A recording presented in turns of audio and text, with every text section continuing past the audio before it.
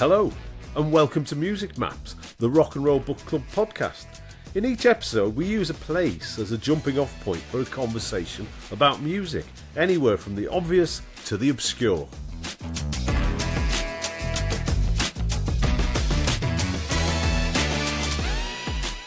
We've been doing our Rock and Roll Book Club events for quite a while now. I think it's 9 years. And I can honestly say, in the top 10...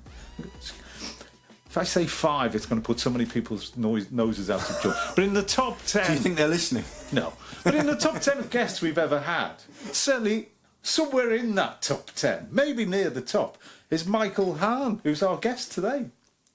Let me just check, though. Did I pronounce your surname correctly? You did. You said Hann. A lot of people say Hann, but it's not. Oh, I thought I Hann. did go Hann with it. I don't know. I'm a Hann. It's Michael Go for the Hann. Han. Michael Han. Should have checked that before. It's like Han Solo. Americans call him Han Solo. Before any listeners get excited, I should explain that the reason Mark thinks that my performance at the Rock and Roll Book Club was so great was nothing to do with the quality of the book or me saying anything. It's just that I let off fireworks. There is an element of truth to that. No, Michael put in a shift. He had an idea. Tip to authors. You know this already, but your book isn't going to sell itself, and your publisher, I'm afraid, is not going to give you any money for marketing. So you need to, sell it, frankly, and that's what Michael did. But we're here today because. And apologies, this is overdue to the metal fraternity and overdue to Michael, because his book came out, I don't know, 2 years ago. A couple of years ago. First time we've done metal, though. Yeah. So but I'm pleased that Michael is here. A little bit of an intro. So it's our first foray into the British new wave of heavy metal. So Michael, a couple of years ago, did the outstanding book Denim and Leather through the publisher Little Brown. So each week we start with a place. We go from there and talk about music. So it's going to be Kingsbury. Kingsbury? A very obscure suburb of northwest London. I'm sure the people of Kingsbury would challenge the obscurity of their hometown. In between Harrow and Barnet. Yes. North of Wembley, Brent. I know it. I've never been there. I have. And I know it. This is my Kingsbury knowledge. For the Kingsbury Curve. Oh, right. What's that? It's part of the tube network. I think it's the Jubilee line. And because it curves around quite acutely, there can be quite a lot of noise arising from trains passing. Oh, right. There we go. There we go. So it's its claim to fame. Well, it has a greater claim to fame, as the next hour or so is going to show us. Right, well, let's get going then. But we're going to go specifically, we're going to be quite specific in time. We're going to start our explorations on the night of May the 8th, 1979. And we're with Neil Kay and his Heavy Metal Crusade gig. Not in Kingsbury, curiously. No. Starting in Camden. Yeah, just down the road at the Music Machine. Which is now Coco. And it's in Camden Town, which is here in London where we are. And subsequent to that, Jeff Barton's Sounds Review, in which the words "New Wave of British Heavy Metal" were first printed. So, who played at this gig, Michael? This gig was played by Angel Witch from Plumstead in southeast London, by Samson, a kind of blues rock band who'd been knocking around for a few years, and by a young group from East London called Iron Maiden.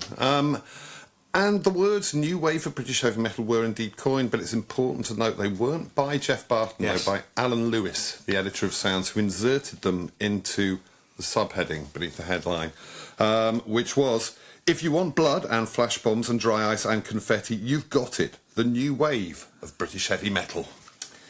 So this becomes a regular night here at the Music Machine with Neil Kay as the DJ. How did it come about as a regular thing? I think really just that the night was available and that the bands were there, and that Neil Kay was absolutely obsessive in his pursuit of promoting heavy metal, partly because he loved heavy metal and partly because he loved being Neil Kay, the king of heavy metal.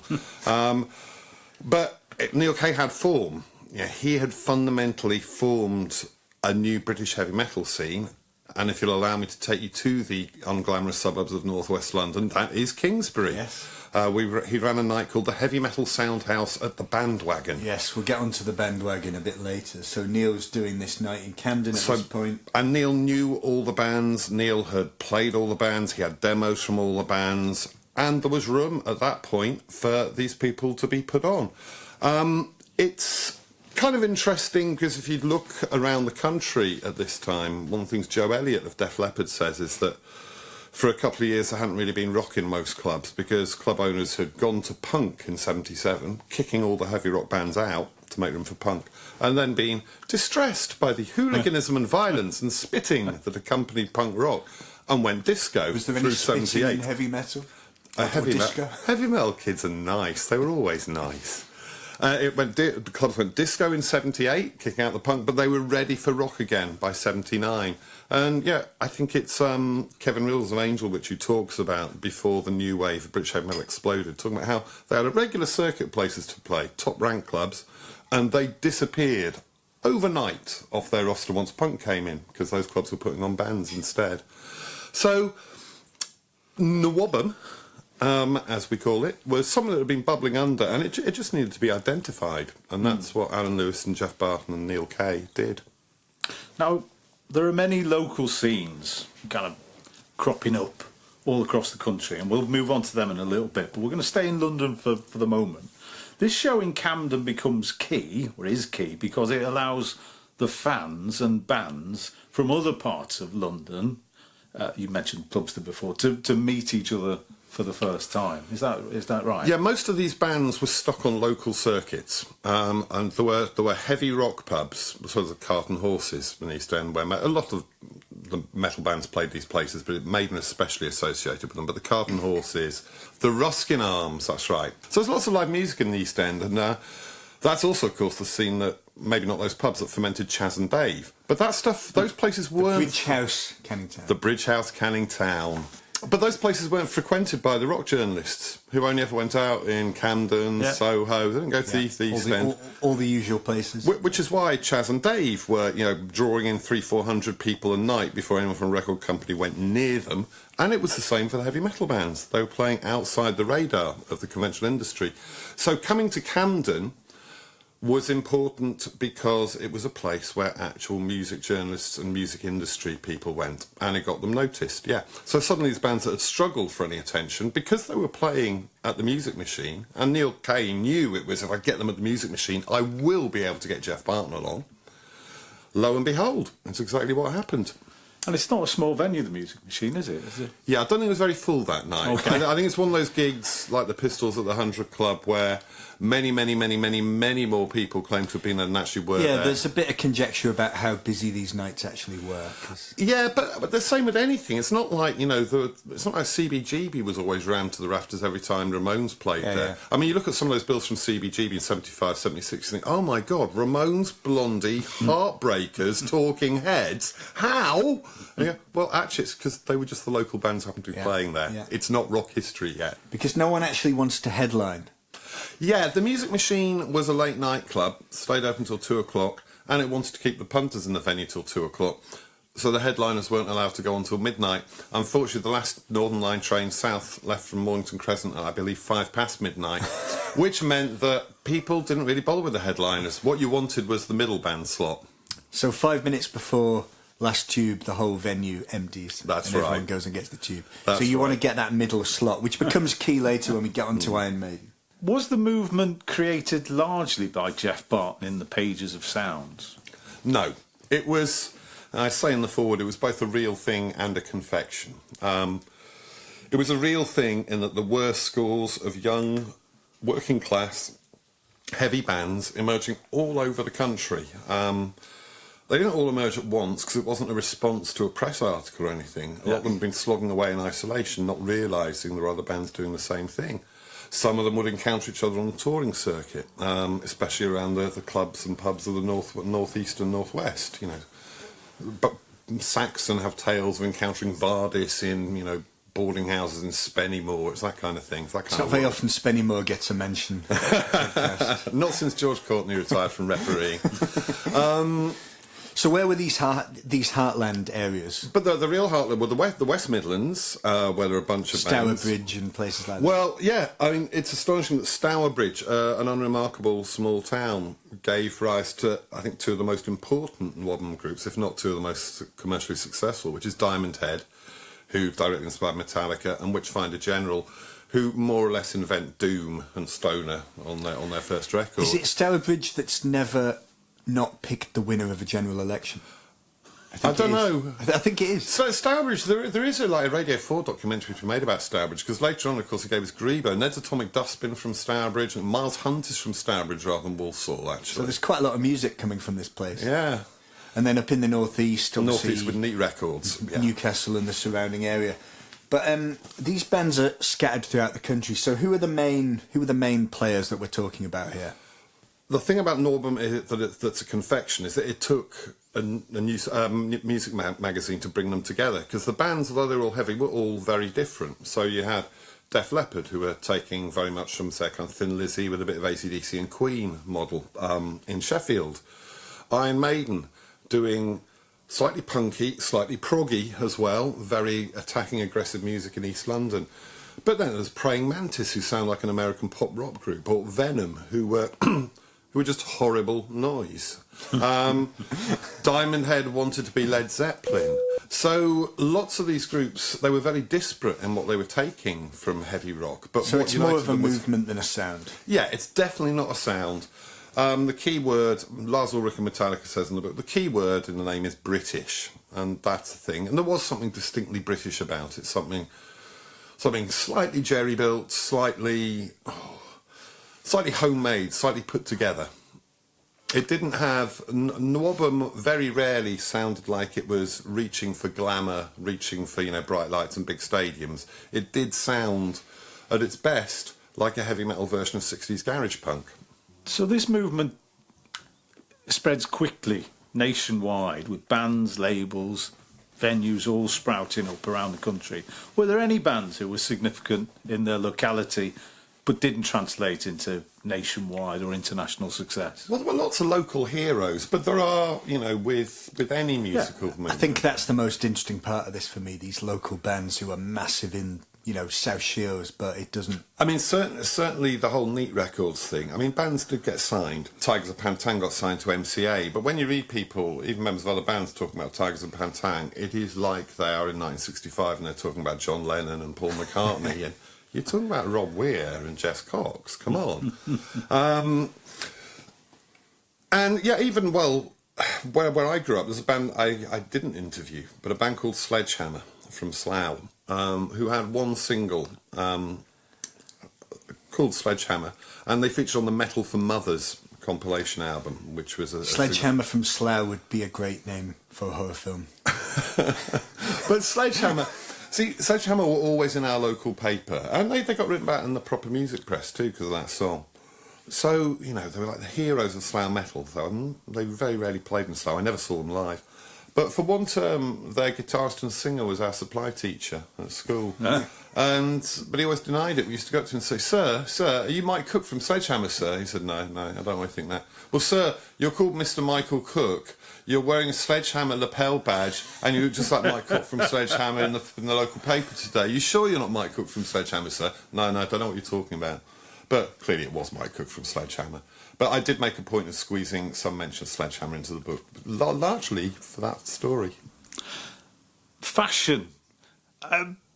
You just mentioned lapel badges, certainly better badges of punk times. But then I don't think punks had the patches on their jackets. Where did they come in? No one really knows. That's the thing. I asked everyone. Someone must have started. Yes, someone must have. Just like we know who started the air guitar, which is Rob Loonhouse, who was a regular at Neil Kay's... What a name. Neil Red Kay's club, the Sound House. He invented... Well, first he took along hardboard guitars. Not cardboard, very important, hardboard. Bit more robust. Hardboard flying Vs, and that expanded into air guitar, and then the Sound House started putting on air guitar Battle of the Band contests. But the battle jacket, no one really knows. People seem to think it started arriving really in '79, but that is the distinctive item of clothing for heavy metal. There's the full sleeve denim jacket covered with band patches. Yeah. You might see people very loyal to one or two bands. You might see people who wanted to cover the entire waterfront of heavy metal. You get people spraying band logos on using stencils. But the classic battle jacket is the sleeves ripped off, obviously, worn over leather. And just, And, there's a reason why James Hetfield still goes on stage wearing a battle jacket over a leather jacket, a battle jacket emblazoned with NWOBHM patches. NWOBHM is its importance is it's the codifying of heavy metal as we come to understand it. Of course, it's evolved since then, but if you look back at metal crowds of bands we perceive of as metal from before then, they just look like any other gig audience. They're just long-haired blokes. Suddenly, metal creates its tribe. And would you buy them from an advert in the back of Sounds, or the patches? And the jackets and the leathers, or do you get it locally? I'm going to break news to you, Mark, here, but there are things in high streets called clothes shops that sell denim clothing, incredibly. No, but the back of Sounds, patches, the back of Sounds was an astonishing place with its particular catering to every music subculture. So you could buy your studded belts from Sounds, certainly, or your studded wristbands. The patches. Yeah, or you could get them through bands' official merch. Or, in Windsor, where I grew up, there was a shop that sold a little bit of everything. Cheap lighters, records, posters. And, it had patches. Had all under it. We had one of them called Rock 90. And he opened it in 1990, but he never updated the name. He just kept it Rock 90.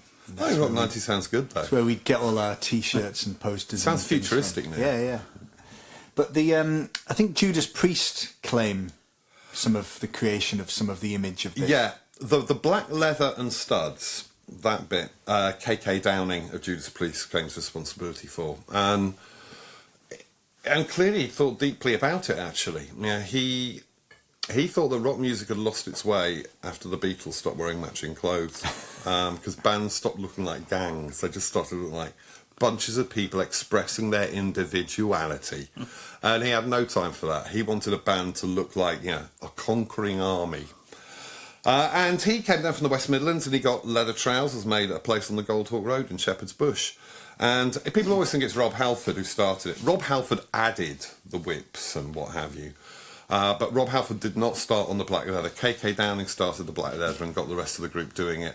And then, of course, Rob Halford didn't just go to the Goldhawk Road. He started going to sex and fetish shops and suddenly heavy metal became associated with kind of hardcore gay pornography look, which very few people in heavy metal realised. Has anyone taken credit for the spandex?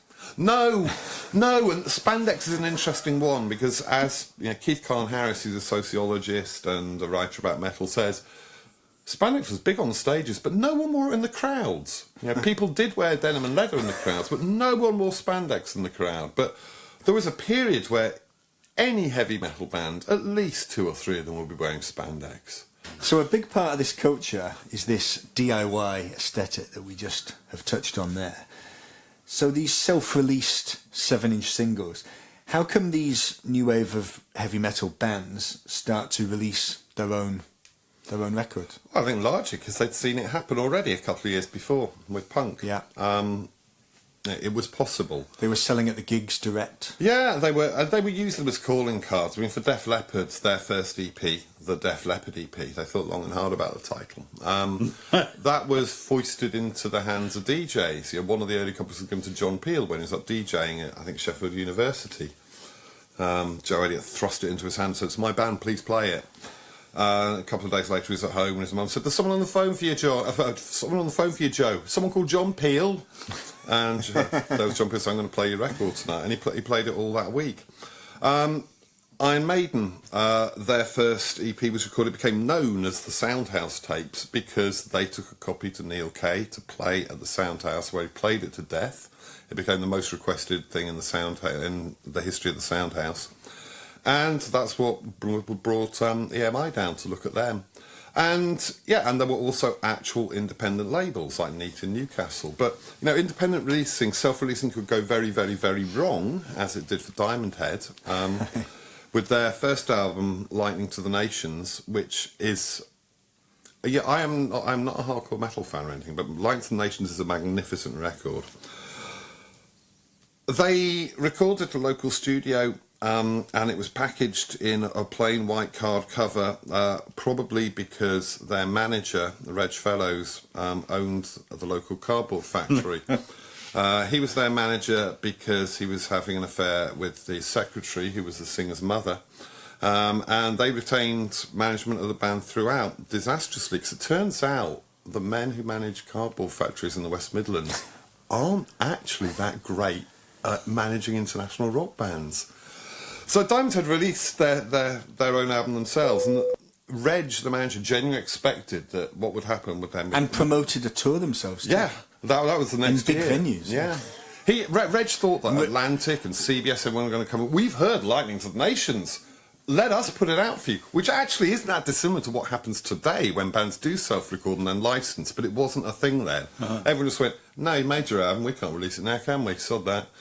And it took them another couple of years to get signed to MCA. They end up on MCA in the end. The runt of the major litter, unfortunately, MCA.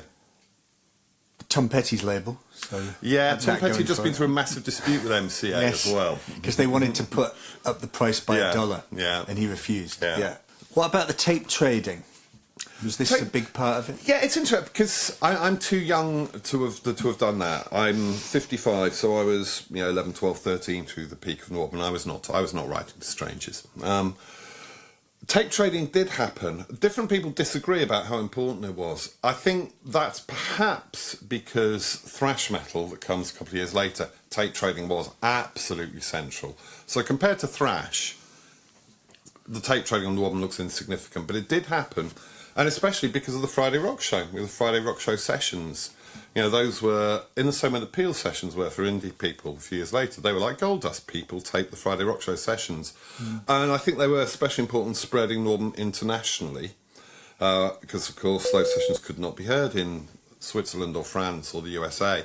And, Tom Gabriel Warrior of Hellhammer and then Celtic Frost and now Triptychon talks a lot about getting hold of those tapes and how everyone.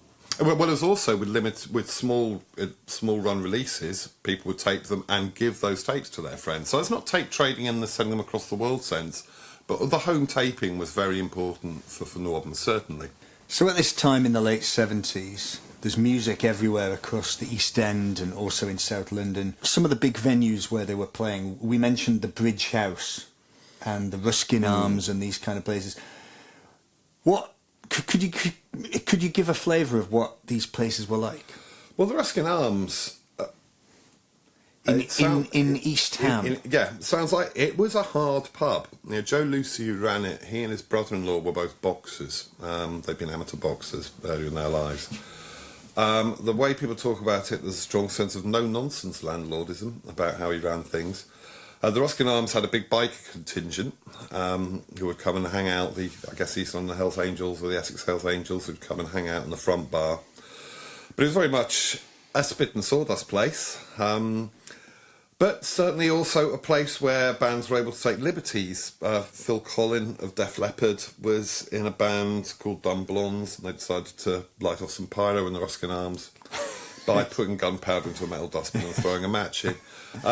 Miracle no one was killed, as he said. Fortunately, no one was in there, I think. But yeah, flying metal shrapnel all over the place. And the Ruskin, it also had bizarrely an extractor fan under the stage, which wasn't normally an issue for anyone, except when Angel Witch decided they had to try and one-up Iron Maiden and get a big block of dry ice and swayed the venue, because Iron Maiden by this point had their primitive Eddie head flashing and dripping blood. They triggered the dry ice. They waited for the effect, nothing happened, and then a few minutes later, I think it was one of Iron Maiden's camp came in and said, "Hey, you didn't know there's an extractor fan on the stage, did you? Car park's full of dry ice, though. Absolutely full of it." He said, "We spent 150 quid on that dry ice, all that good budget." Yeah, so this pub, the Bridge House in Canning Town, what was this place like? Well, the Bridge House predated metal. It was a big music pub that bands of all sorts had played, and where lots of the people who so became it was already established. Yeah, lots of people who became East End metal musicians had been to watch shows there as kids. And Dennis Stratton of Iron Maiden was a regular there, and he described it like this. The music in the East End in those days, everywhere had music. All the way to Leytonstone, all the way to Poplar, all the way to Aldgate. Everywhere you went. The Bridge House was right on the Barking Road, before they built the flyover and the new station and roundabout at Canning Town. It was right on the main road. It was a huge Tudor-style pub. Many floors, and was right on the corner. It went down the hill, round the corner, so it had two massive bars. The stage was upstairs on the top bar. Later they moved it down to the bottom bar. Terry Murphy had that pub, and his brother-in-law, Joe Lucy, they married the two sisters, had the Ruskin in East Ham. It was a massive pub, brilliant building. But also, what's kind of fascinating about that is when Dennis Stratton went down there, his parents were terrified about it. Because a generation before, when the East End was the docks, it was a dockers pub. It was all prostitutes, it was all fights, it was, black market. No, you can't go down there. Mum, it's different now. It's all music now. And I think all of that old Canning Town's all gone now. Yeah. It's all been demolished. It's all completely rebuilt. So if you went down there now, it's completely A couple of years ago, I did a leg of the Capitol Ring that took me past the new Canning Town station and where the Bridge House would have been. And yeah, it's all those kind of bleak modern blocks of flats, apartments, luxury two-bedroom apartments, city living, where there's no actual street or community. There's You no can shops. get the DLR to the O2 though. Not all lost. Oh yeah, It's not all bad. It's not all bad. But yeah, it's all completely gone. I've seen a clip of Harry Redknapp going to his childhood haunts, and he's saying they're all gone. It's all just been knocked down. It's all been levelled. It's not there anymore. Let's venture away from London and we'll head up to the northeast of England. Back to the northeast. Where bands would have to stop playing so that the bingo could go on. These metal bands are keen to make an impression, which leads to lots of bands getting their own lighting, elaborate stage setups. You've just kind of hinted a little bit at the nascent Eddie and the dry ice wars. They invest in pyrotechnics, fireworks. Did this lead to anything unexpected happening? Do you know? It did. The kings of this were Venom. Venom from Newcastle, who hardly played live in the UK for several years. They had one or two tiny gigs in church halls, which ended in disaster. And then they more or less, for 4 years, concentrated on rehearsing. Rehearsing with every prop they might ever want to use on stage as well, including all the fireworks. And Venom have so many stories of just mortal disaster, of, the rehearsing in a church hall and Mantas the guitarist decides to put rockets and Catherine wheels on his headstocks. And who knew that if you fire off a rocket from a guitar in an enclosed space, it bounces around the room? Or testing their entire set of flame pots in a little rehearsal space, with the result that brings down the entire ceiling. On the singer's brother, who's wearing his nice new white loafers that day, is completely ruined. And they even say, people would say, it's Saturday afternoon, let's go down and watch Venom rehearsing. The daft bastards are bound to set themselves on fire. And they actually say that about themselves. And you made reference to my appearance at the Rock and Roll Book Club, and this was because part of my presentation that night was to use audience members to recreate Venom's first ever US gig at the Paramount Theatre on Staten Island, where, first they'd taken over all their pilots, they'd taken bomb boards on board transatlantic flights. Imagine doing that these days in your luggage. Jesus. They set everything up at the Paramount Theatre. They had flame pots at the front of stage, pyros, everything. Went a little wrong. The flame pots were overloaded. One plunged down through the stage, piercing a water pipe, which then sprayed water over the audience and the band for the rest of the show. Another was propelled out of the stage, out of its setting on the stage, and flew over the crowd and embedded itself in the back wall of the balcony of the theatre, whereas, as everyone says, my God, if that had hit anyone, they would have died. It's disaster all round. And Kronos, the singer, his vocal mic doesn't work, so he can't hear anything happening at all. The next night, all the pyros go off properly, but they set up the mic stands and fracture the wrong place. So when the curtains go up, they catch the mic stands and carry them up into the rafters, with the band members standing there waiting to sing, but no mic stands in front of them. Was there an incident with the Tigers of Pantang where the singer got blown up at the beginning of the gig? Oh, it was Rob Weir, the rhythm guitarist. Yeah, he'd forgotten which way around the pyros went. So he'd forgotten that it was front of stage, start of set, back of stage, end of set, and he got them the wrong way round. He stood in front of the pyro at the start of the set, and he stood in front of the pyro at the end of the set as well. And there are a surprising number of stories, actually, of people getting their trousers melted to their legs. Yeah. I mean, I've got to say, that was one of the greatest occupational hazards of being in a British heavy metal band in the late 70s. You melt your latex or spandex to your thighs. There were a few other stories in the book. I think a member of the band says that they used to go to a shop in Shields Road in Byker, which is just outside Newcastle. And it was a man who made PA systems and also made bombs. When they say bombs, they do mean firework effects here. They do not mean mainland bombing campaign. But there's a few incidents in the book involving flared trousers, mishaps with pyro, fire breathing and greenhouse lights. Tell us a little bit more about them, Michael. Greenhouse? Oh, God, I can't remember what greenhouse lights is. So, you write that, I can't remember which artist it was. I was mentioning to my dad that was... the fumigation. I was thinking you might have meant that, yes. Steve Dawson from Saxon. They were desperate to have smoke effects. They really wanted smoke effects. But they didn't want to buy any dry ice. But, Steve Dawson's dad reckoned he could sort them out with something, and it was greenhouse fumigation stuff. Produced smoke, but when they let off the gig, the venue had to be evacuated immediately because the entire crowd and band were getting poisoned. Yeah, but none of them went home with any fleas, did they? Yeah, that's right. They were all fine in the long run. So back down to London, and the Marquee becomes another important venue, along with its neighbouring St Moritz and the Ship, which is still there. I walked past that quite often. And the St Moritz is there, actually. Yeah, I went to a band there not so long ago. But it's somewhere in the suburb of Kingsbury, in North Brent, that really becomes the centre of the scene. So where was this place? Neil Kay's night, the heavy metal sound house at the Bandwagon. So this is the Prince of Wales pub. The Prince of Wales pub. Yeah, I don't know why it has so many names. The sound house at the Prince of Wales, yeah.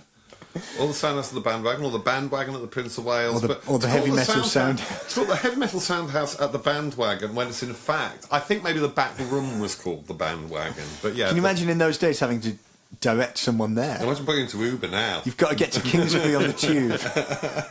And then you've got to find this place that's got 5 different names. So it was a room that was more or less like a Wild West saloon. I think it entered through those swing doors and had a little terrace up on the side. And Neil Kay installed in it the biggest, most powerful club PA in London, as he always says. I think that's one of those claims like Meatloaf, Bat Out of Hell being the only pop song to feature a high C that we have to categorise under unverifiable. But, yeah, a huge PA machine, and he was absolutely devoted to the music. Yeah, he really was. He played demos, he played shitty crowd recordings of bands playing live. He encouraged crowd participation. And he put it on the map of the music industry through sheer willpower. Yeah, he got Jeff Barton to come to the band house. See, I'm getting the names. Sound house. Yeah. It's easily done. And he got bands to come. He told record companies, send your bands here to do promo. There will be people here for them. They're going, yeah, right. But we got Ted Nugent first and it was full and the record companies realised. And after then, bands would start coming and make big bands. Not playing, but coming and doing PAs. He would put on events like his Air Guitar Bands of the Year contest, judged by Rob Halford, amongst others. I think Phil Taylor from Motorhead as well. The Air Guitar contest? Yeah, the Air Guitar Band. You had to have a full band. How do you judge such a thing? I think the criteria may have been subjective and possibly affected by alcohol consumption. What about the Best Headbanger Award? Oh, yeah, well, everything. Neil Kay celebrated metal and there was nothing po-faced about it. I mean, there's kind of utter joy in the way that people talk about going to that place. For all that Neil had his faults, he had a vast ego. But the other thing he did was put the bands on live too, which was, again, took them out of their little local circuits and put them in a place where everyone was there to hear heavy metal. And playing the Bandwagon became a big deal for bands, especially from outside What sort London. of crowd? It's only a few hundred, a couple hundred.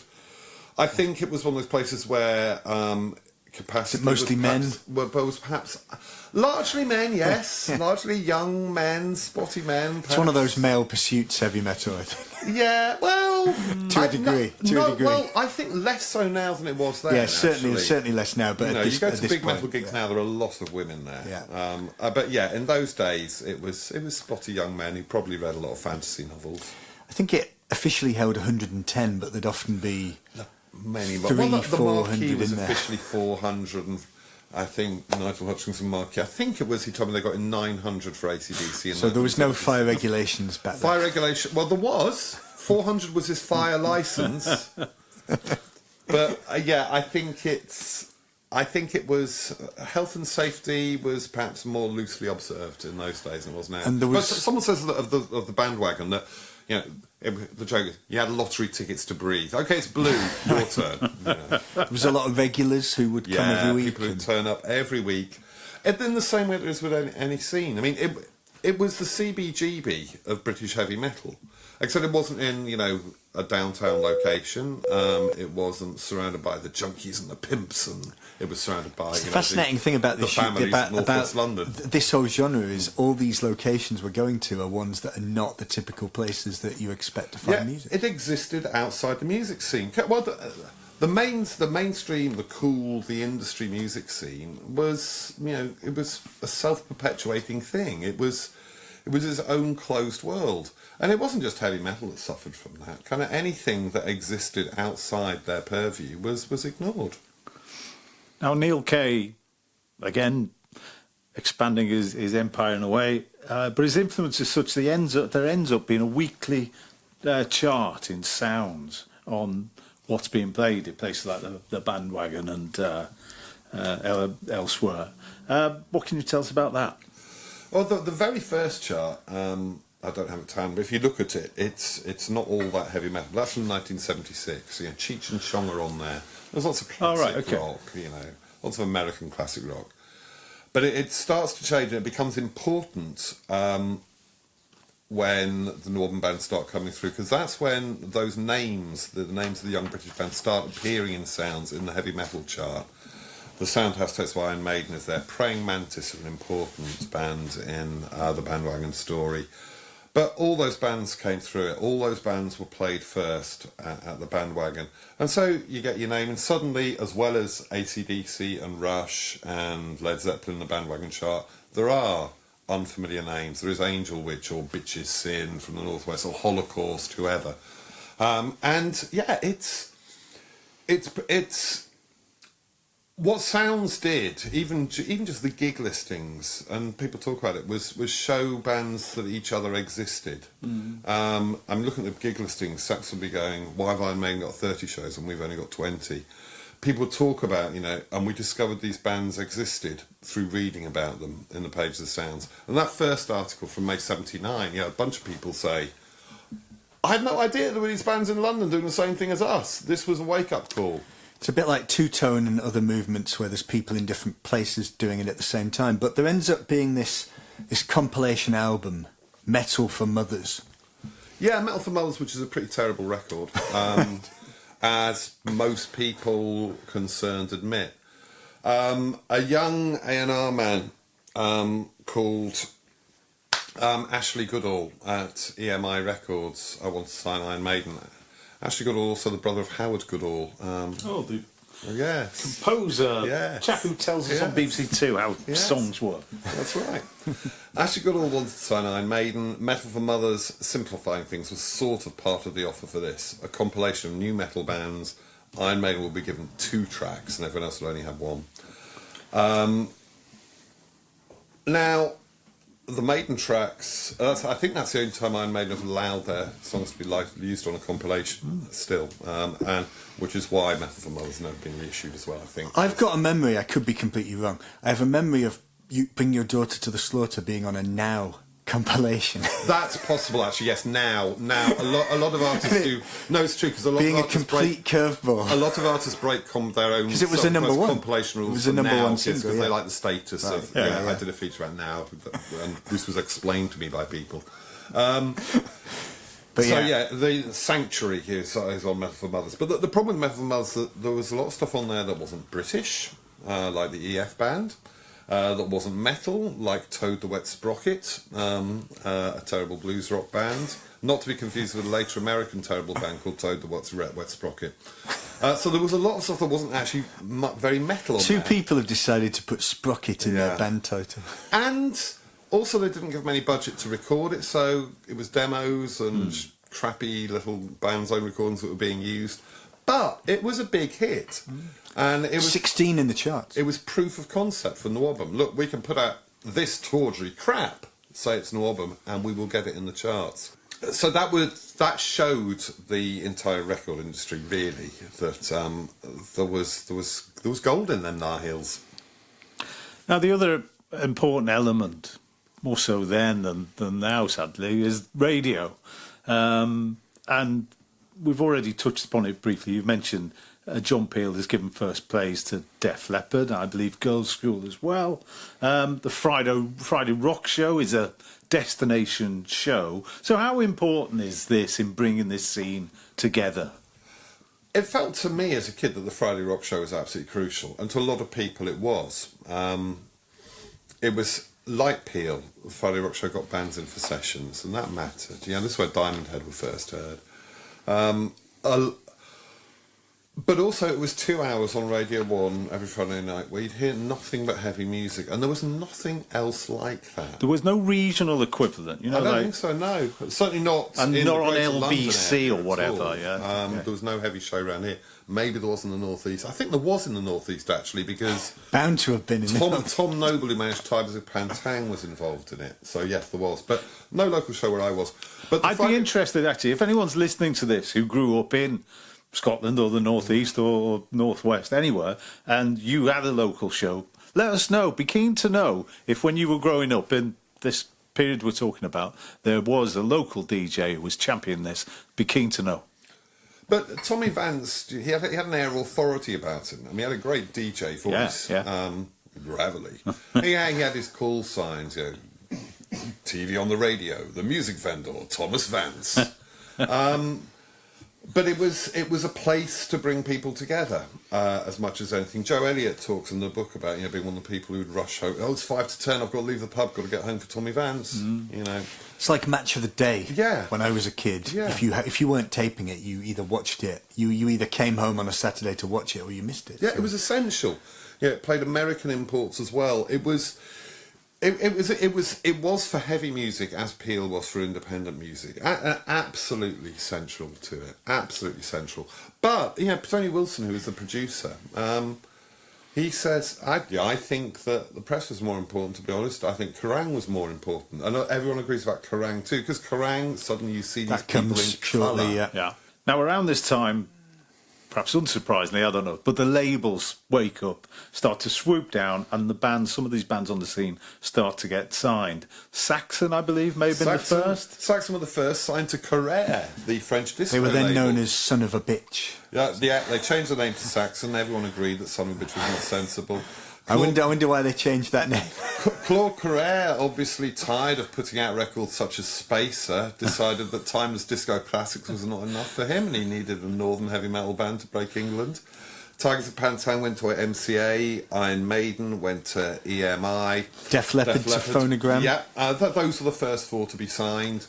After that, through 1980, the bands the labels were continuing to sign, but it's kind of once Maiden and Leppard were signed, and once EMI and Phonogram, the two most powerful labels, put their might behind them. I mean, they became the Spandau and Duran, if you like, Yes. of NWOBHM. So Def Leppard gets signed after a gig at the Porterhouse. The Retford Porterhouse. Names we all remember. And the from following big night, adverts. play a gig at the Middlesbrough Rock Garden. Yes. Which I looked up because it's before my time. I'm from the north. I'm from about 20 minutes from Middlesbrough, but I've never heard of that place prior. But it does crop up in this story quite a lot. But was there a bit of a bidding war for Def Leppard in the end? All the A&Rs had got up to see them at Retford Porterhouse, and it was Phonogram who won, and Dave Bates, who later signed the House of Love to Fontana for £500,000. Dave Bates does get talked about a lot in the Luke Haynes books big fan, actually, Luke, of Dave Bates. Dave Bates is a mad music man. Yeah. He seems to love all music. But he was very impressed by the fact that Def Leppard, in front of 30 people, 15 of whom were A&R people, in Retford Porterhouse, just off the A1, put on a show like they were playing Madison Square Garden. And then he turned up the next night, whereas he said Middlesbrough Rock Garden, yeah, turns into the Wild West. Who knew? Because everyone from Middlesbrough who wants a fight turns up there. And the next time I went back there was for the Teardrop Explodes a year later, and the same thing happened. But It was a punch-up between punks, rockers and skinheads. as all the best gigs have. Plus every other person in Middlesbrough that wants a fight. Yeah. I think the Rock Garden was notorious for that. And I do recall, it might be in Peter Hook's book, I think Joy Division, they had trouble everywhere. It was only there till the early 80s. I looked it up. It was from the mid-70s to the early 80s. It later became Middlesbrough Arena, which was when I was a kid, it was a nightclub. So Def Leppard opened for AC/DC shortly after, and there's this key change of management. So this becomes very important. Yeah, and this will also bring us back to Diamond Head. Def Leppard were approached by Peter Mensch and Cliff Bernstein, who were also working with AC/DC, working with a lot of the great names of heavy rock. They continue to be superstar management. And they took on Def Leppard, and rather than being managed by the bloke who ran the record shop in Sheffield, they suddenly found doors open for them. So yeah, Mensch and Bernstein basically got them. So they've got a lot of AC/DC. backing behind them at this point. It's not just backing, they've got people who know what they're doing. Yeah, And Dave Bates talks about how basically Mensch and Bernstein started A&Ring Def Leppard, which is A&Ring is helping with the song selection, with the musical direction. They were not just being managers, they were grooming them to be superstars in America. Now, Mensch and Bernstein were also interested in Diamond Head, and they got Diamond Head a gig. And the manager of Foreigner. They got Diamond Head supporting AC/DC as well, but as Diamond Head being kids from the West Midlands went, oh, that's amazing, isn't it? We're supporting AC/DC, that's nice. And Brian Tatler said years later that obviously they were taking an interest in us as well. But, we'd made the decision, no matter what happens, we stick with Sean's mum as our manager. And it really is. I mean, the sliding doors moment is a cliche, but it really is. If Brian Tatler and Sean Harris had said, oh, maybe you can help us, the history of rock might well have been different. Yeah. The only big mention, Bernstein, of course, did end up managing Metallica, the band directly inspired by Diamond. The first Iron Maiden demo is limited to a few thousand copies, sells out instantly, and their signing is aided via the aforementioned influential DJ Neil Kay. How did he... Well, Neil Kay inserts himself into a lot of signing stories. No. Neil Kay was certainly close to Iron Maiden. And whether Neil Kay talks about, going out celebrating after Maiden signed and, the cheque for £40,000 in the pocket and everything, I don't know. He certainly claimed that he convinced Def Leppard to sign with Phonogram, which prompted Joe Elliott to say, I don't know what he's talking about. That guy's been smoking his granny's underpants. Neil then said, OK, maybe it wasn't quite as directly as I suggested that time, but I was involved. Neil Kay existed as a go-between. Neil Kay was... I mean, he wanted these bands to be signed because it was validation for him and for his tastes and for his influence. So he was not like a malign influence trying to step in and steal things from others, steal credit. He wanted the success of heavy metal, and he wanted his part in it to be acknowledged. Now, the thing is, he probably doesn't need to press his claim as strong as he does, because everyone acknowledges it. So many people look like, of course, Neil was important. He's already a key figure. Yeah, but by God, he has to keep telling you it. And, There's a few people like that in this story. Yeah. EMI come forward. This is December of '79. Was this a good fit for Iron Maiden? Yeah, it turned out being a very good fit. People suggest that Rod Smallwood was maybe a bit wary about EMI because he'd managed Steve Harley and Cockney Rebel when they were signed to EMI and had not had a happy experience. But EMI was a British label, but with a massive American presence as well. So Iron Maiden had their eyes on things internationally from the very beginning, which was, they ended up being a worldwide band, which most of these bands didn't. Because even signing to a major, so Saxon signed to Kerrang in the UK, that's great for UK and I presume for France, but it doesn't mean a single thing in the US. MCA for Tigers, Okay, great, they're an MCA in the UK, but American MCA doesn't give a single shit about Tigers of Pantang. Yeah. So Maiden were the ones who actually got it the right way round, and Leppard as well. Go with a label that is going to push you in America and also has its own resources to put. So it's going to push you in the UK, but then also has the resources to follow through in America as well. Of course, EMI at this point, hot off the success of Mull of Kintyre, which feels like the perfect fit for a heavy metal band. But was there any labels who turned them down and weren't interested, who didn't have the foresight to see what they were being offered for Iron Maiden? Well, no one. I don't think anyone talks about labels specifically turning them down. I think it was more that EMI were the ones that offered the best thing. I mean, Maiden were looking for a multi-album deal. Yeah. They weren't about getting a huge advance. Taking it very getting seriously. Yeah. Yeah, we mentioned earlier they were into merchandise and logos. They were a band who were always building a career. Steve and Ashley Goodall. They were building their brand, as they say. Well, now. Steve Harris was a draftsman and designed the Iron Maiden logo. Once they got the Eddie figure from the illustrator Derek Riggs, it was a commercial illustration that Maiden recognised was right for them. Once they had that, did they have a big following by this point? They'd really built up a following by playing around East all London, around the definitely. country or beyond? Well, they did go around the country, but I'm not sure there were huge followings at that point. But they had the East End following, and those are the gigs that bands will always try and get labels to. The ones where you've got, 150 people, whatever. This is not heavy metal, but the other day I was watching an ancient interview, a very rare interview with Phil Harvey, the fifth member manager of Coldplay, from Leeds Metropolitan University in 2005. He wasn't working with them at that point. I think it was he'd had a bit of a breakdown. But he talked about their early gigs, saying, we always had 120 people at the gigs. Get everyone's friends down and get them to bring their friends down. Because then when the labels are there, you've got people enthusiastic about you. You mobilise an audience. And certainly I'm pretty sure that the bands, the East End bands and the North East bands, all those bands where they played around that area for years, for months or for years, they were playing every week. And built your following. So when they were going to the West End, they would bring a few hundred people there as well. Yeah.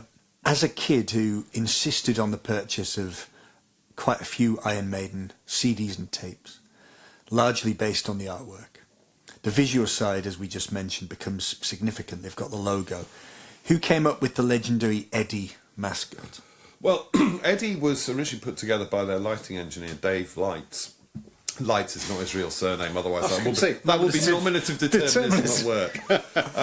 It's a good nickname for a man who does the lights. And Eddie was a papier-mâché skull through which red was pumped through the mouth as if it was blood. Eddie became more and more expansive. So some quite primitive. Lights. It was original. very primitive at first, But then once EMI come in, they have the money, and suddenly you have the Eddie figure who's coming on stage at the end of gigs, which is often in the early days was often Rod Smallwood dressed as Eddie. But they had more than the gimmicks. I mean, they were also absolutely ruthless. Ashley Goodall compares them to a football team. Always looking to make new transfers in to strengthen the lineup. looking to upgrade. So drummers came and went rapidly early on. Singers came and went rapidly until they hit on Paul Di'Anno. But then, after 2 albums, he'd outlived his usefulness. And Bruce Dickinson came in. With guitarist Dennis Stratton, 1 album. Actually, now, we've always wanted Adrian Smith. We're going to get him in instead by Dennis.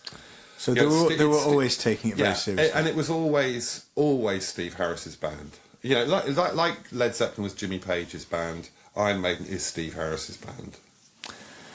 Yeah, and obviously once EMI come in, they were looking at stuff like Frank Frazetta and Derek Riggs and all these kind of things, and they come up with this incredibly striking visual identity, which they've still got. If you look at that first album cover, that visual identity is still there today. Yeah, completely. And Phil Alexander, who edited Mojo and Kerrang for many years, says, that's why 14-year-olds still go to see Iron Maiden because of Eddie and because of the logo, and it's absolutely true.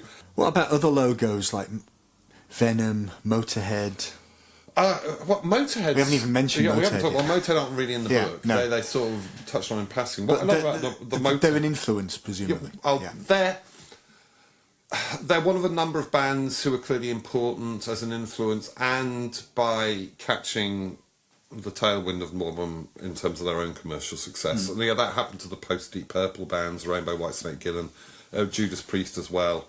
There's a NWOBHM Facebook group I'm a member of that pretty much every second post is Judas Priest are a NWOBHM band, or Judas Priest aren't a NWOBHM band. Guys, come on. Interminable Nitpicking. debate. But Motorhead, yeah, their logo, the classic kind of pig skull, was designed by Phil Smee, who was, of course, involved in Bam Caruso and the psychedelic revival of the 80s, and strange things are happening. But the Venom logo is kind of amazing, just on the border of unreadability, which is actually another influence on the future black metal scene. It's not just about the Satan stuff, it's about the weird, forbidding iconography of it all. But the logos are great. I love it. As a kid, I loved the fact that every band had their logo, and they stayed with them. You know that any proper metal band, their Crisis album is the one where they abandon the proper logo, and the only exception that proves that rule is Power Age by AC/DC, which is one of the greatest records ever, but does abandon the lightning bolt logo. Another offshoot is the formation of Kerrang magazine. Yeah. So at some point I'd like to do a whole episode specifically about this somewhere in the future. I can see Mark wincing. I was reading the face. Sorry, we're diametrically opposed on this. But no, the music map encompasses every genre, every time period, every type of music. So The at some point, heavy metal media is the most ignored thing. And the way that heavy metal music is ignored by the music press, heavy metal media is ignored by the music press too. was this Jeff Barton again behind Kerrang?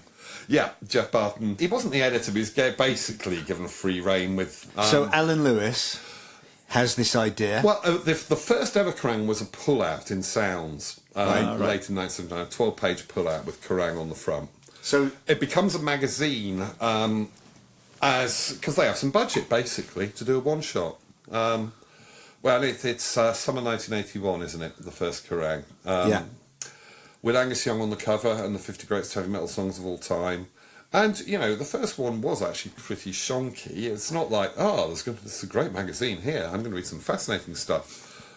And in many ways it was never that magazine, because actually looking back through ancient Kerrangs, as an adult researching the book, having read them first time round, I was shocked by how bad most of the writing is. It's terrible. But it's there, and that's what it's more like a fanzine that happens to be published by a major publisher and you can get in every newsagent than NME. Was there a fanzine culture around? There were fanzines. Lots of people put out fanzines. Okay. And fanzines were big in the States as well. But there wasn't the... Kerrang was such a unifying force until other magazines started coming, Metal Hammer and so on, or Metal Forces in America. But Kerrang, oh my God, this is our thing. And it was the same. Every band wanted to get in. It didn't matter how. Phil Ass from Handsome Beast talks about, a news mentioning Kerrang. Yeah. Just Handsome Beast have announced they'll play the Soundhouse next week. You walk into the pub and everyone's like, you were in Kerrang. You're walking with Kerrang folded in your pocket. Remind me, was Kerrang a monthly or 2 weekly? It started as monthly and then altered its frequency. I'm intrigued now. I need to go back to look at Paul Gorman's Totally Wired. You would not think it's not about heavy metal. Well, it doesn't need to be about heavy metal, but these books should acknowledge that heavy metal exists. It just seems ridiculous not to. Okay. Yeah. Some genres get left out of such discussions, don't they? But the name Kerrang, that comes from Jeff Barton. So this is the sound of a guitar. Yeah. Yeah. What a great... I should have actually done the Kerrang sound rather than... What a great name for a magazine. But and it still means something. You say Kerrang, people still understand what it means, despite the fact it no longer exists in print, and despite the tribulations it's had. Kerrang remains, the byword for the metal magazine. Worldwide, Kerrang means something. Was it big around the world? Beyond? People bought it to take away with them. People would have it sent to them. People in LA, Brian Slager, who set up Metal Blade Records. If you're in LA or New York, you were getting it airmailed to you weeks later. Yeah, I mean, so many of the people who were huge in the development of the American metal scene through the 80s were NWOBHM obsessives who were sending away for everything by mail order, and the competition. Oh my God, that guy's got a Jaguar patch. It's that level of obsession. Yeah, so we mentioned earlier Diamond Head, and Someone who is hugely influenced by Diamond Head was a young Lars Ulrich. They were tipped as the next Led Zeppelin. It doesn't end up happening. But Lars Ulrich actually came, he made a pilgrimage. He was obsessed with me. He flew over in summer 1981 to catch Diamond Head on tour, on their self-promoted tour. So all the way from California. From California, yeah. He'd given up trying to become a tennis player. But he had his money saved up. He said actually I was quite, because I'd been a teenage tennis player, I was very used to travelling around Europe on my own. It held no terrors for me. So it's not quite the, oh my God, this brave kid. But yeah, 17 years old, flew over. It was the tail end of the riots, and he got to Heathrow. Diamond Head were playing the Woolwich Odeon that same evening. Magnificent building, the Woolwich Odeon. I do recommend you go down and have a look at it. It is amazing Art Deco cinema. And he was at first, I think, a little disappointed that it wasn't very full, and it seemed quite amateurish. But then he was, hey, these are my guys. And because he'd been writing to them, they knew that he'd come over, and he found his way backstage and then travelled back to Stourbridge with them and spent a month living with Sean Harris or with Brian Tatler, sitting up all night playing. I think it was Brian's parents. It was between the two houses, yeah. Sean Harris said, oh yeah, he used to sleep at the end of my bed, and we'd wake up, he'd be playing records, because he was just trying to buy every heavy metal, every NWOBHM record he could find. I think he went to the distributor, Pinnacle, to pick up what they had. So all the way from Newport Beach, California, to first Woolwich and then Stourbridge. Yeah. And he took it back. A lot of the early Metallica set was NWOBHM covers, especially Diamond Head. And they covered Diamond Head on their EPs, I think Garage Days Revisited. And as a result of that, Brian Tatler and Sean Harris are probably the two least bitter of the musicians who didn't become stars themselves. There's no, why didn't that happen? There's, we made some mistakes. But, hey, actually we made millions from Metallica covering our songs. So so in the 90s there were 4 Diamond Head songs that appear on a Metallica record, so that becomes a source of income. It made them a lot of money. Neither of them have ever had to get proper jobs as a result of Metallica. It just makes me think how much money have Metallica got? If a vast amount. I mean, they do not live giddy lifestyles. Sean Harris is still in the same house that was Diamond Head. If you can live off 4 covers forever. Brian Tatler lives in a semi in Stourbridge. He had an Audi in the front drive when I went up there. He's got a load of cats. It's a pleasant house, but he's able to live a lifestyle that he is happy with, certainly. What NWOBHM did was create a ground wave of interest in older bands and give them a sense of momentum as well.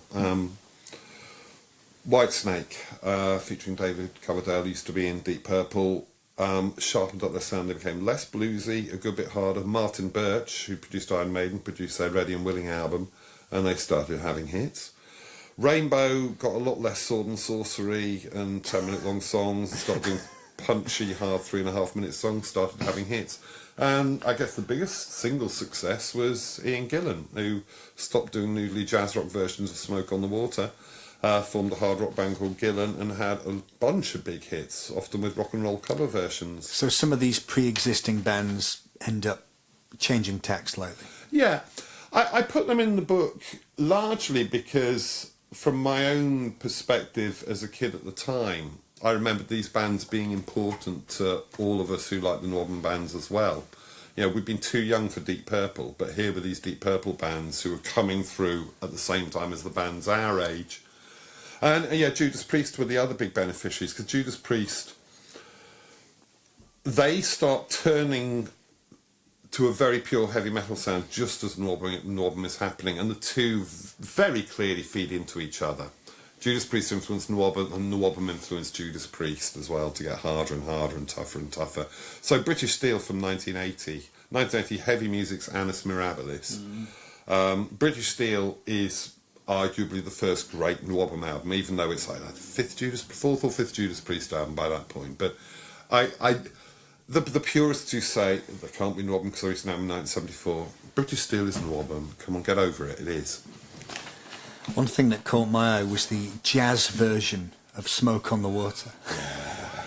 So this is what they were up to at this point. Ian Gillan had very badly lost his way in the late 70s, and it took people, Colin Towns, his keyboard player, and his management and record labels to say, Ian, honestly, it's not how you're going to get the crowds. I think we're definitely going to do an episode in the future all about the metal scene in the Northeast. I'm fascinated by this, being from the Northeast myself. But let's just briefly mention Neat Records. So this ends up being the first specialist metal label in the world. Yeah. Hugely important for that reason. Inspires Brian Slagel to set up Metal Blade in America. Yeah. The irony being that David Woods, who ran it, was by no means a metal fan. He was a long-running, small-time Northeast music entrepreneur. He'd run studios, he'd had a folk label. But he owned a little studio, not a great studio, but a little studio, and he had an idea to set up a label. Neat initially put out 2 unremarkable pop records, one by a female solo singer, who I think was in her early teens, another by a group called Motorway, who would at one point in their career feature Andy Taylor, later Duran Duran. And it was Neat 3, though, which was the first Tigers of Pantan single, because it became apparent to people who worked around Neat that something was happening here. We will sell some of these records. And David Wood, as long as he was going to turn a profit on it, was very happy to go along with it. But it's one of those things, you know, how did Neat turn metal, that again everyone claims credit for.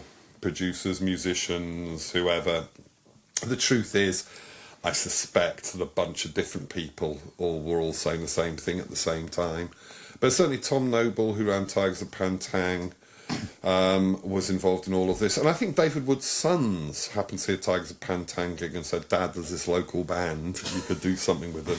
And Kronos, Conrad Lant of Venom, obviously claims that he was a YTS kid. The youth training scheme, you get your equivalent of dole money and you'd go and work somewhere.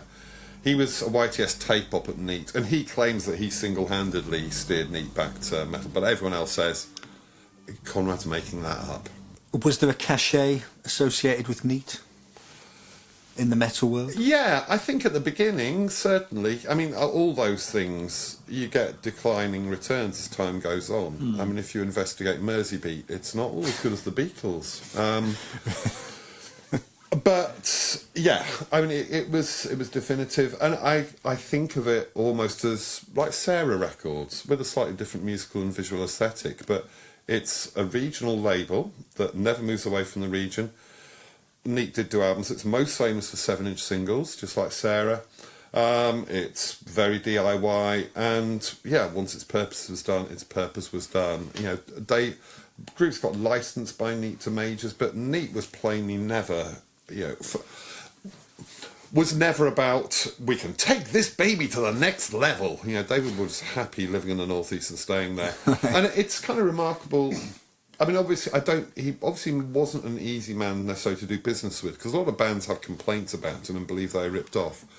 I'm not sure they were ripped off at all. I think they overestimate, you know, how much money comes in from selling 30,000 copies of a single on Neat, probably. And he talked about one of his bands getting them a tour bus because they insisted they needed a tour bus. So gets a tour bus, gets it all fitted out. It's not quite like the replacement's destroying it, but the tour bus comes back not in a good way. It's hopeless, and he's left with it, unable to sell it for 5 years. They never thought about the £10,000 I spent on the tour bus, did they? That I'm lumbered with. So we've got all these bands in the Northeast, the Tigers of Pantang, they end up on MCA, as we mentioned. Raven, were they a big influence on what becomes, in the US, thrash metal? Venom and Raven were very important. Raven for the influence on thrash, Venom too, but also Venom more so because of the influence on black metal in Norway, which doesn't sound anything like Venom. Venom are fundamentally a fast and not that technically competent heavy metal band, whereas black metal is something entirely new.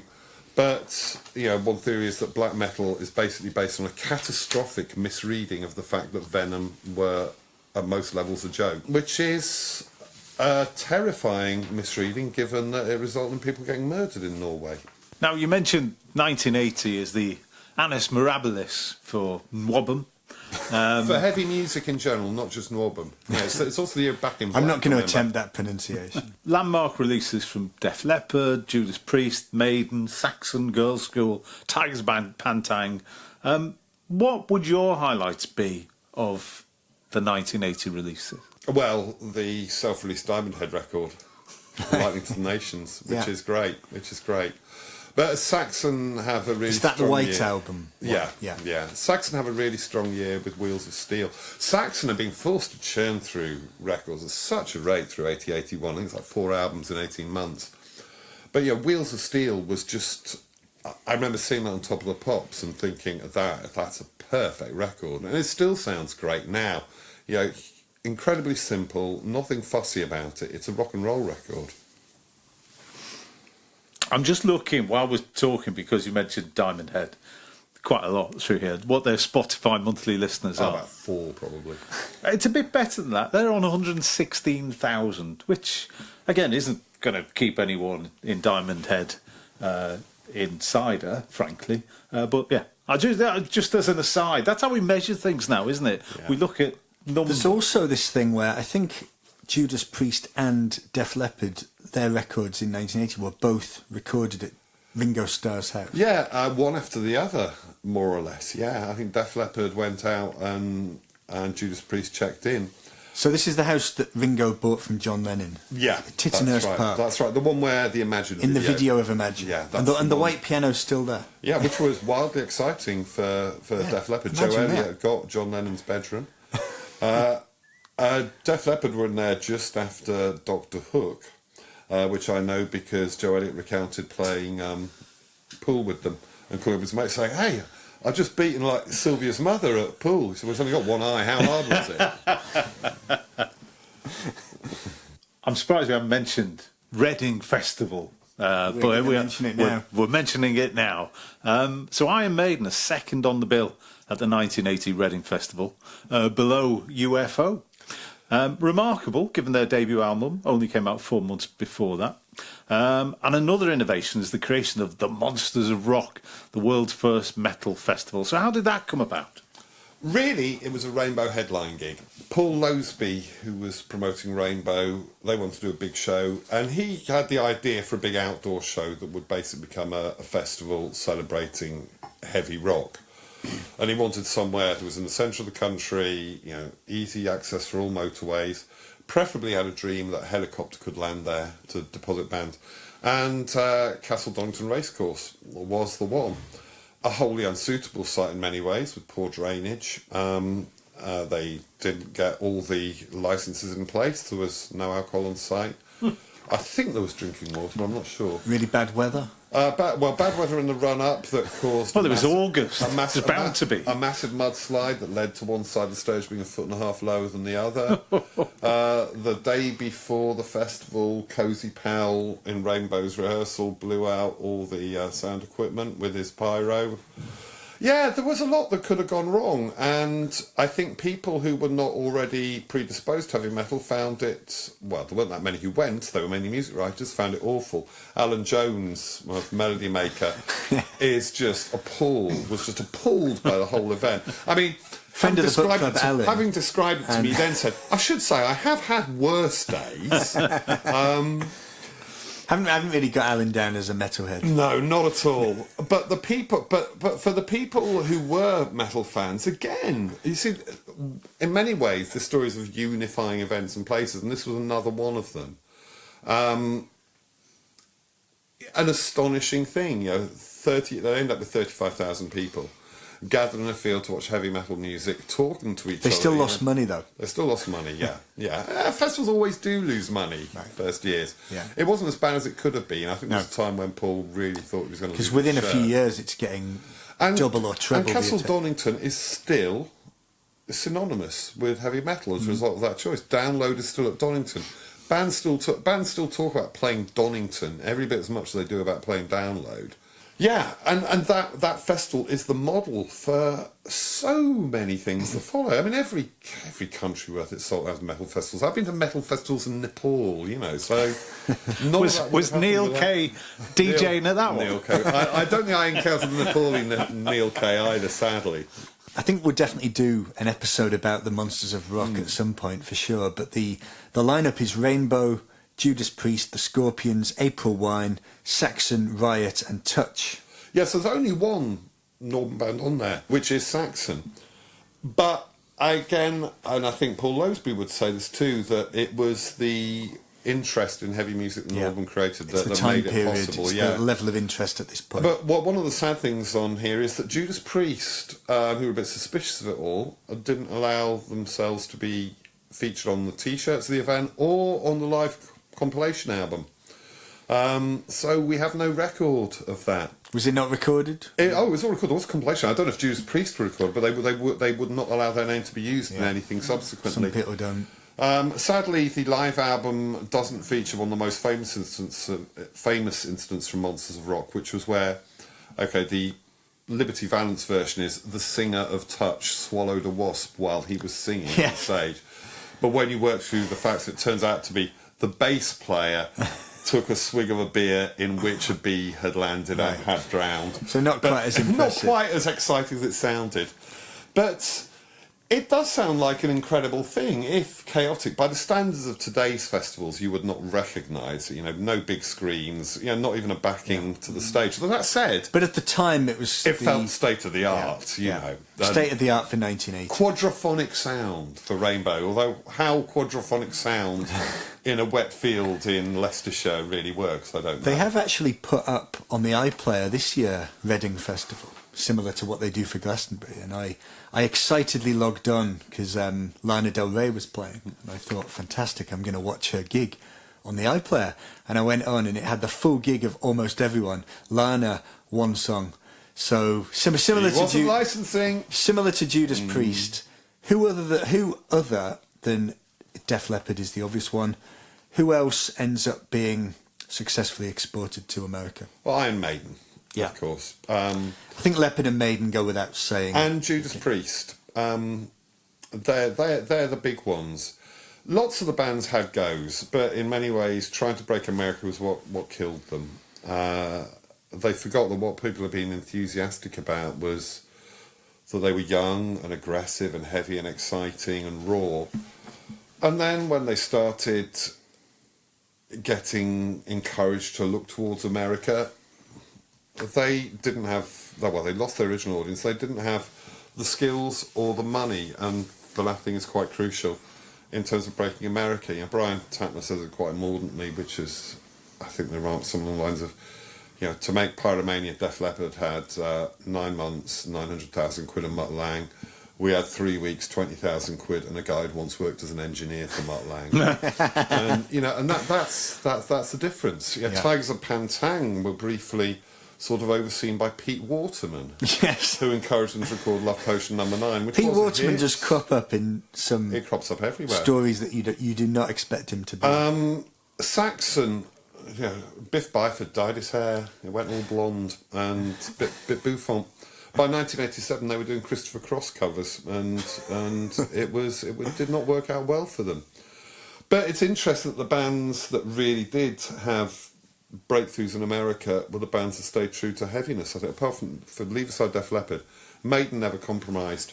Judas Priest got a bit more radio friendly on Point of Entry in 1982, but the album that took them into arenas in America was Screaming for Vengeance, which was probably the heaviest, most extreme record released by a major label to that point. I mean, that really is a very, very heavy metal album. And it pointed the way towards thrash. The problem was, when it was about trying to look pretty and tuneful, well, Def Leppard did it, and American bands just seemed to be prettier and more tuneful than British heavy rock bands. Why did Def Leppard and Maiden transcend this movement when others didn't? Great management, great label support, great songs. Yeah. It's not complicated. Yeah. It's fairly obvious, really, isn't it? Yeah. Now, you just mentioned Pyromania by the Mutt Lang produced Pyromania. Def Leppard's third album comes out in 1983, and you say that really is the death knell for British heavy metal and the new wave of British heavy metal. So expand a little bit more on why that would have happened. Because it was so commercially successful. It was just an absolute monolith. So this isn't like, other labels and bands taking a look at some going, they've got a bit of an edge. It's, oh my God, they're now selling 1 million records a week or whatever it was.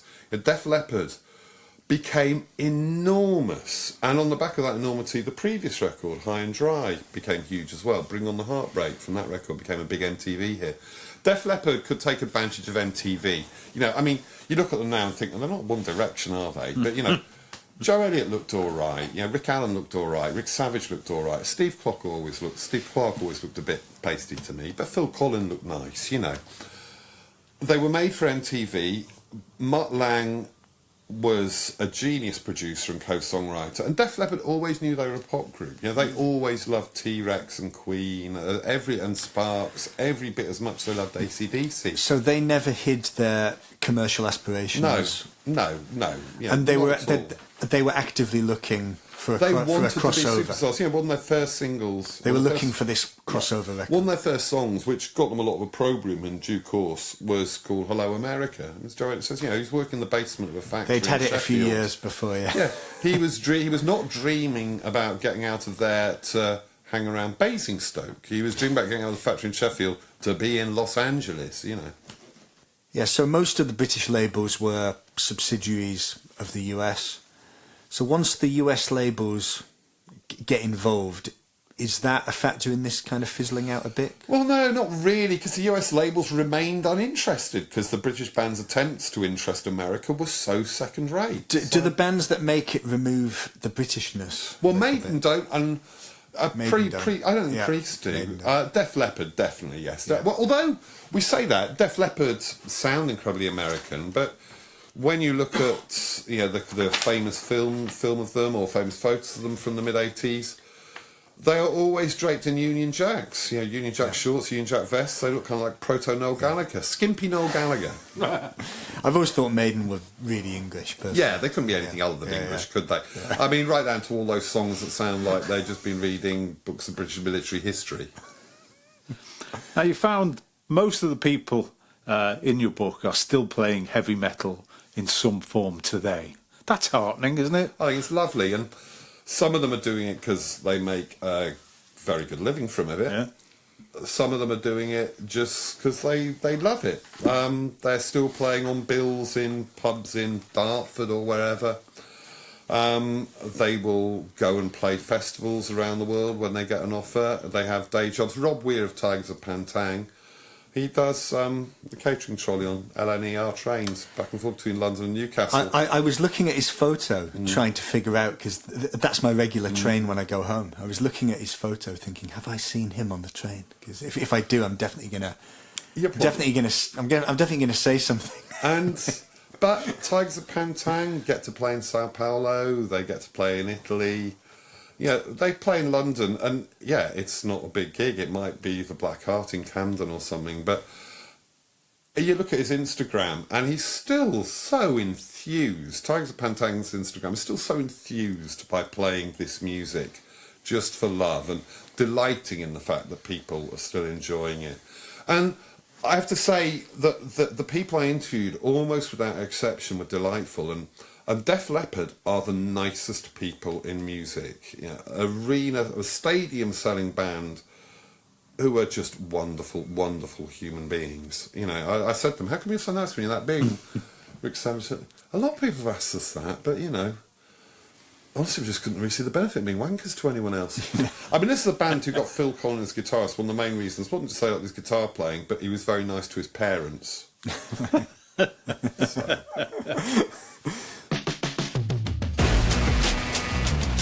Right, Mark, true or not, what do you reckon?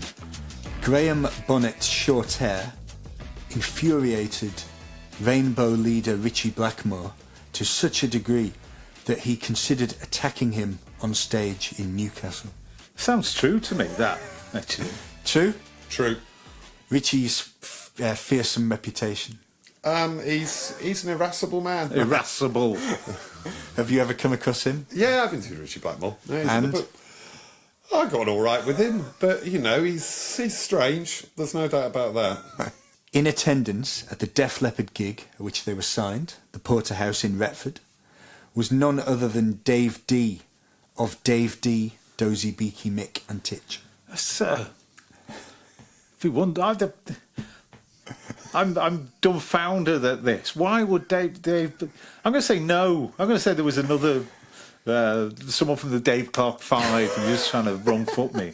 I think he was there. Dave D was there. He was doing A&R for a label at that point. Yeah, of course. We mentioned the London suburb of Kingsbury, which is key in this story.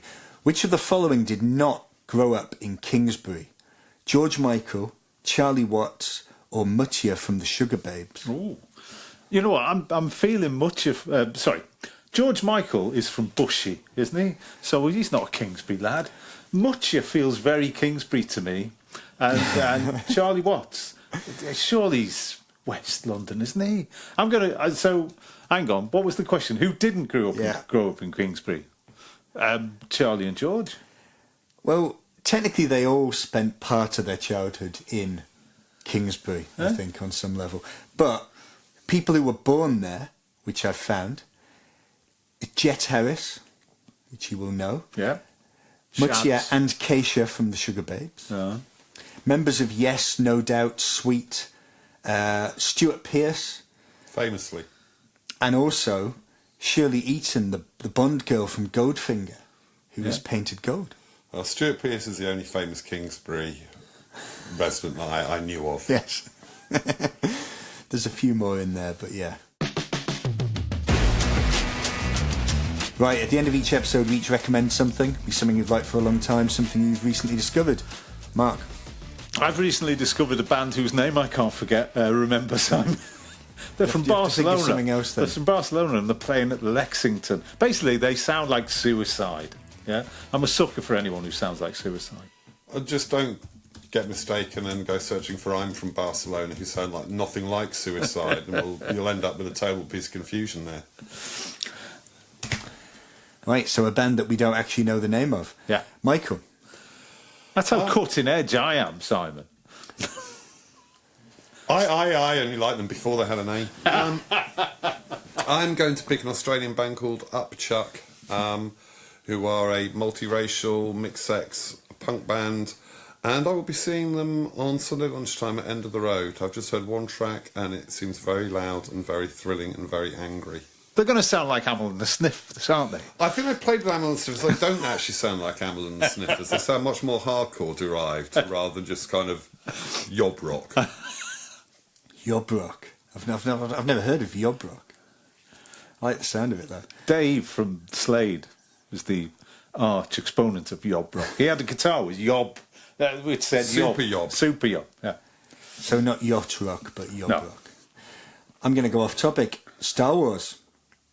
On Saturday, watched a quadruple bill at the Prince Charles. Star Wars, watched episodes 3, 4, 5 and 6. They very rarely release Star Wars to the cinema. Like Lucasfilm only allow the films out to the cinema very rarely. So across this summer, these next couple of months, every Star Wars film is being shown intermittently at View, Cineworld, everywhere. So Odeon. So yeah, it's only the second time I've seen the original 3 on 1 bill ever. Is there another Star Wars spin-off called Acolyte? Yeah, it's not very good. Okay. Stick to the original. Well, thanks very much to Michael for coming all this way Thanks for having me. and taking us deep into the new wave of British heavy metal. I think Simon's touched on this a couple of times. We have been a bit remiss. We haven't been doing as much as we should do on metal. So our pledge to listeners of the podcast and people who attend Rock and Roll Book Club events, we will do more. There's metal. a lot of genres we haven't even touched yet once. We haven't even done the Beatles yet. Or the Stones. Haven't we? No. Well, before you even bothered to get involved in this, of course, I did loads of Beatles. I had Mark Loads of Lewison. Beatles stuff. I had Mark Lewison. The doyen. I mean, we haven't done an episode about the Beatles yet. I talked to Daniel Rachel about his book. Without reading it. Don't tell him that. I've told him already. He already knows. Anyway, all that remains is to say thanks for listening to Music Maps podcast. It's, again, like everybody who does these things, you have to plead for people to leave kind reviews, ratings and stuff, because it does help. It helps us attract great writers like Michael, but on some pretext that actually this is a popular podcast and will do wonders in selling his book. So yeah, do your bit, follow us and keep on listening. Thank you very much.